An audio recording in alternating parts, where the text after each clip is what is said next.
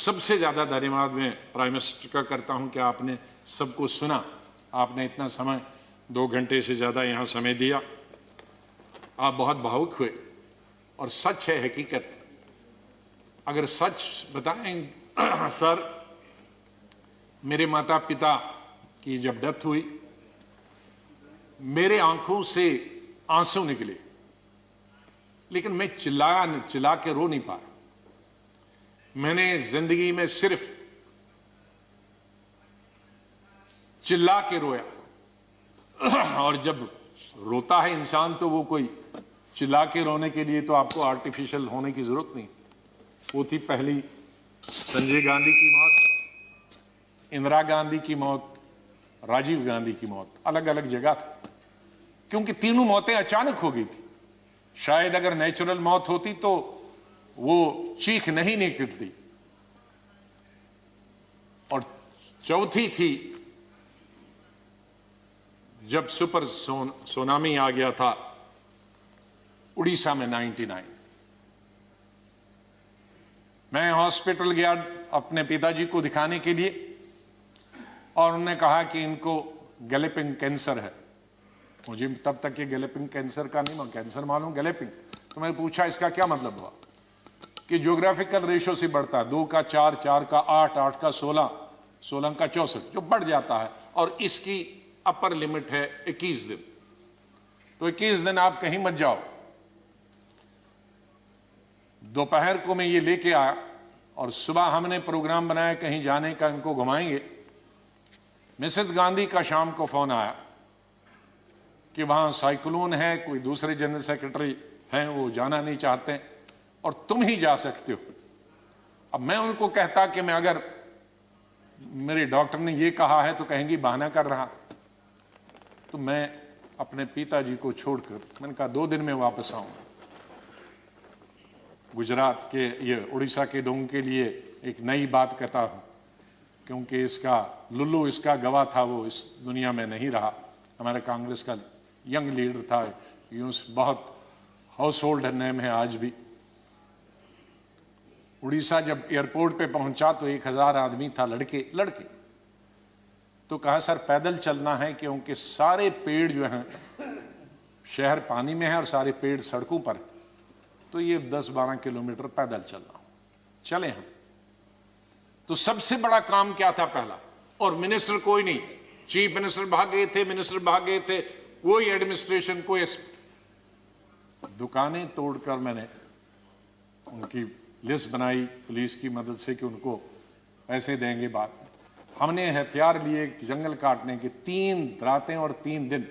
और अटल जी से जाते ही मैंने फोन पे संपर्क किया, अटल जी प्राइम मिनिस्टर, कि ये स्थिति है और हम सड़क तैयार करेंगे, तब आप आइए ताकि हम वहां समंदर तक पहुंच जाएं। 3 रात और 3 दिन हम तकरीबन 1000 लड़के यूथ कांग्रेस के मैंने लगाए काटने में और सड़क। फिर पीएम को फोन किया, फिर वो हेलीकॉप्टर से आए, फिर उनसे राशन मंगाया, फिर उसके बाद मैंने सोनिया गांधी जी को कहा। तो और वहां मैं रोया जब मैंने लाशें देखी, सैकड़ों लाशें तैर रही थी जब हम समंदर के किनारे तक पहुंचे। वहां मैं चिल्ला के रोया। वो 4थी दफा था।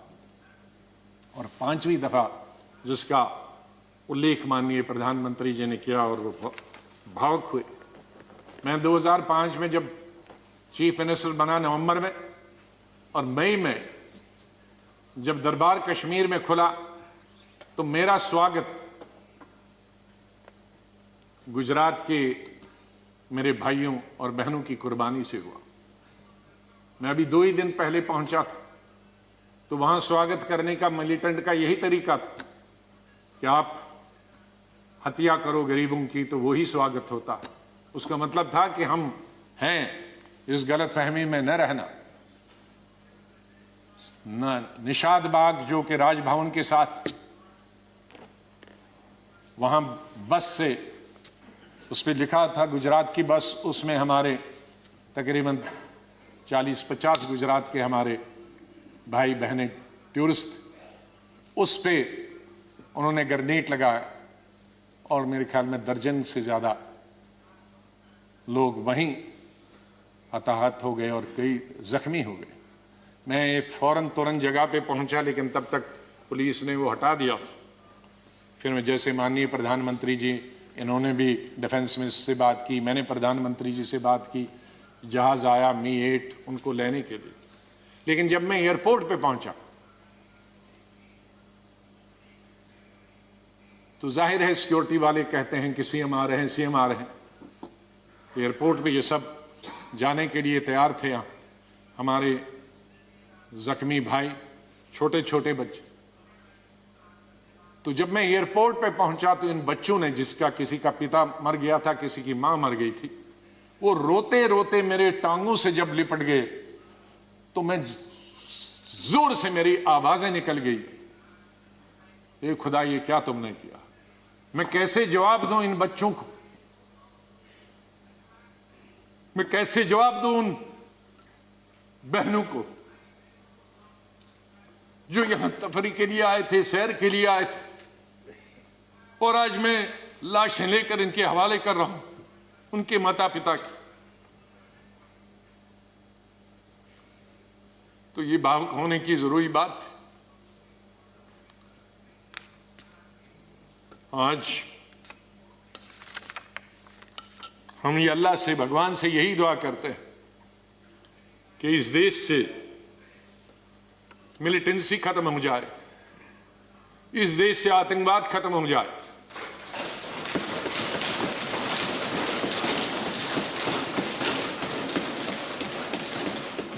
हजारों हमारे सिक्योरिटी फोर्सेस के, आर्मी के, पैरामिलिट्री फोर्सेस के, पुलिस के जवान मारे गए।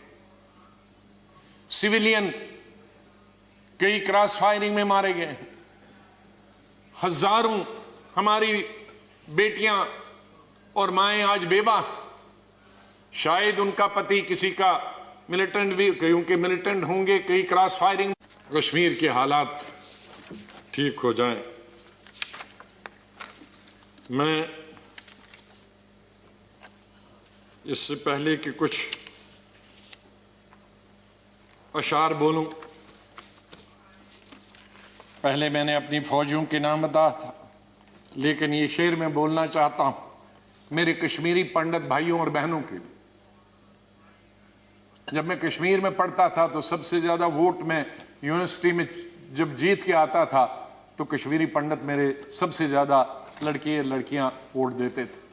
बहुत सारे लोगों को मालूम नहीं कि कश्मीर में लड़कियां हिंदुस्तान के मुकाबले में सबसे ज्यादा, जम्मू में नहीं, कश्मीर में। जिस वक्त मैं एमएससी कर रहा था तो साइंस में तकरीबन 50% लड़कियां होती थी और आर्ट्स में 90%। तो ओवरऑल ज्यादा लड़कियां पोस्ट ग्रेजुएशन पढ़ती थी। तो मैं जब यूनिवर्सिटी का इलेक्शन लड़ता था तो हमारे कश्मीरी पंडित लड़के हों या लड़कियां, सबसे ज्यादा वोट मुझे 100% मिलते थे। मैं 99 भी नहीं कहूं। दोस्त हैं आज वो बिखरे हुए। मुझे बहुत अफसोस होता है जब मैं उनसे मिलता, अपने क्लासमेट्स। ये उन कश्मीरी मेरे भाई पंडितों के नाम जिनके जो घर से बेकार हो गए, उन कश्मीरी बेवाओं के जो बेवाएं हुई हैं और बच्चे हुए और जो वहां से बिछड़ गए, उनके लिए शेर अर्ज करता हूं। गुजर गया, और ये हमारा जो आज मुद्दत खत्म हुई इसके लिए भी कह सकता हूं, गुजर गया वो जो छोटा सा एक फसाना था। गुजर गया वो जो छोटा सा एक फसाना था। फूल थे, चमन था, आशियाना था। गुजर गया वो जो छोटा सा एक फसाना था। फूल थे, चमन थे, था, आशियाना था। न पूछ उजड़े नशे मन की दास्ता। घोंसला उजड़ गया। न पूछ उजड़े नशे मन की दास्ता। न पूछ थे 4 तिनके मगर नाम आशियाना तो था। तो हम उस आशियाने को, आप दोनों यहां बैठे हैं, उसको फिर आशियाना बनाए जो इस वक्त उजड़ा हुआ है। उसके लिए हम सबको प्रयास करना। और मुझे, जैसे मैंने बताया, बहुत काम कर चुके हैं, सेवा कर चुके हैं, आशीर्वाद सबका मिला है। मैं यही कहूँगा, दिल ना उम्मीद तो नहीं नाकाम ही तो है, दिल ना उम्मीद तो नहीं नाकाम ही तो है, लंबी है गम की शाम शाम ही तो है। कितनी लंबी होगी, सवेरा तो आई, विंटर में जरा लंबी होती है, तो लंबी है गम की शाम मगर शाम ही तो है, सवेरा तो फिर आ जाएगा। और आखिर में ये कहूंगा, चाहे हम याद यहां ना होंगे, लेकिन फिर उसके लिए कहूंगा, बदलेगा न मेरे बाद भी मौजूए गुफ्तगू, बदलेगा न मेरे बाद भी मौजूए गुफ्तगू, मैं जा चुका हूंगा फिर भी तेरी महफिलों में रहूंगा। माननीय चेयरमैन साहब, मैं आपका बहुत बहुत धन्यवाद करता हूं। आपके साथ काम करने का मुझे अवसर मिला। आप जब पार्टी के अध्यक्ष थे तब भी हमारी मुलाकात होती थी, जब आप मंत्री बने तब भी बात होती थी, जब यहाँ चेयरमैन बनने से, वाइस प्रेसिडेंट आप बनने से पहले आप पार्लियामेंट्री अफेयर्स मिनिस्टर थे और मैं एलओपी था, तब भी हमारे संपर्क है। लेकिन जिस तरह का आशीर्वाद, जिस तरह का प्रेम, जिस तरह का प्यार आपका चेयरमैन के तौर पे मिला और वो जो गाइडेंस मिली, उसके लिए मैं हमेशा ऋणी रहूंगा, धन्यवाद करता हूं उसके लिए, और आपके स्नेह और प्यार के लिए मैं हमेशा धन्यवाद करता हूं। माननीय जी, कई दफा टोका टोकी हुई और आपने कभी बुरा नहीं माना। एलओपी के वक्त में बड़ी बड़ी लंबी स्पीचें आपकी हुई, मेरी हुई, खास करके राष्ट्रपति के अभिभाषण पर, उसमें लंबी तकरीर होती थी। कभी हम कुछ एलओपी की जिम्मेदारी करते थे, लेकिन आपने व्यक्तिगत तौर पर उसे कभी अपने खिलाफ नहीं लिया। हमेशा भी आपने पर्सनल कॉन्टेक्ट्स को और पार्टी की जो जिम्मेदारी है उसको दूर रखा। कभी ईद हो, दिवाली हो, बर्थडे हो, उसमें बराबर आपने कभी भी कमी नहीं की फोन करने की। सबसे पहले या तो मेरे पार्टी प्रेसिडेंट का आता था या आपका आता था। दो आदमियों का तो अनिवार्य, हमारे प्रधानमंत्री और कांग्रेस प्रेसिडेंट मिसेस गांधी। और आपने हमेशा बताया कि कभी अपनी स्टेट के बारे में हो और कोई काम हो तो मुझे आप कभी भी बताना। मुझे याद है जब मैं राज्यसभा इलेक्शन लड़ने गया तो आपने कुछ कहा कि भाई आपको कुछ जरूरत है, मेरे का वो तो लड़ाई है, आपका कैंडिडेट है, मैं कैंडिडेट हूं, उसमें आप कुछ नहीं कर सकते। तो ये एक पर्सनल टच जो होता, आदमी भावुक हो जाता, आदमी सेंटिमेंटल हो जाता, आदमी इमोशनल होता। और मेरे संपर्क तो विपक्ष के साथ आज से नहीं, जब पहली दफा मैं एमओएस बना था तब से लेकर आज तक, क्योंकि हम मिलके ही देश को चला सकते हैं, लड़ाई करके, गालियां देकर नहीं। हम अपनी बात अपने भाषणों के जरिए कर सकते हैं। मैं आपका बहुत धन्यवाद करता हूं। मैं माननीय डिप्टी चेयरमैन साहब, मेरे यहाँ हम बेंचमेट रहे, वो हमेशा मुझे याद रहेगा। बहुत सिंपल आदमी है, स्ट्रेट फॉरवर्ड है। कभी कभी हम नाराज होते हैं स्ट्रेट फॉरवर्ड, लेकिन स्ट्रेट फॉरवर्ड हमेशा वो लोग नाराज होते हैं।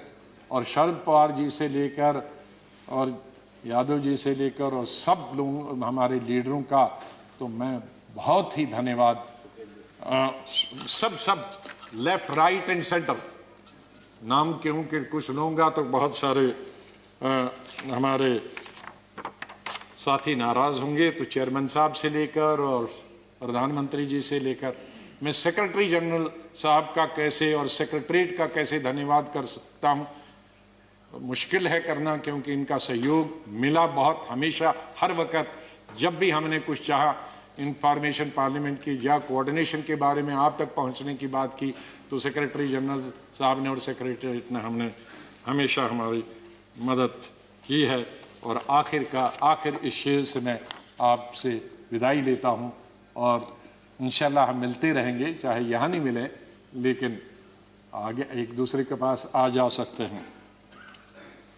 नहीं आएगी, मैं आप लोगों से बोल, नहीं आएगी याद तो बरसों नहीं आएगी, मगर जब याद आओगे तो बहुत याद आओगे।